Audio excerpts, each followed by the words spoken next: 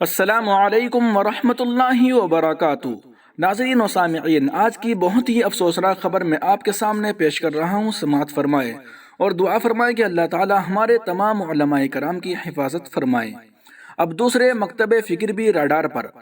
بریلوی مکتب فکر کے معروف عالم دین مولانا قمر غنی عثمانی کو گجرات ATS کی پولیس نے گرفتار کر لیا۔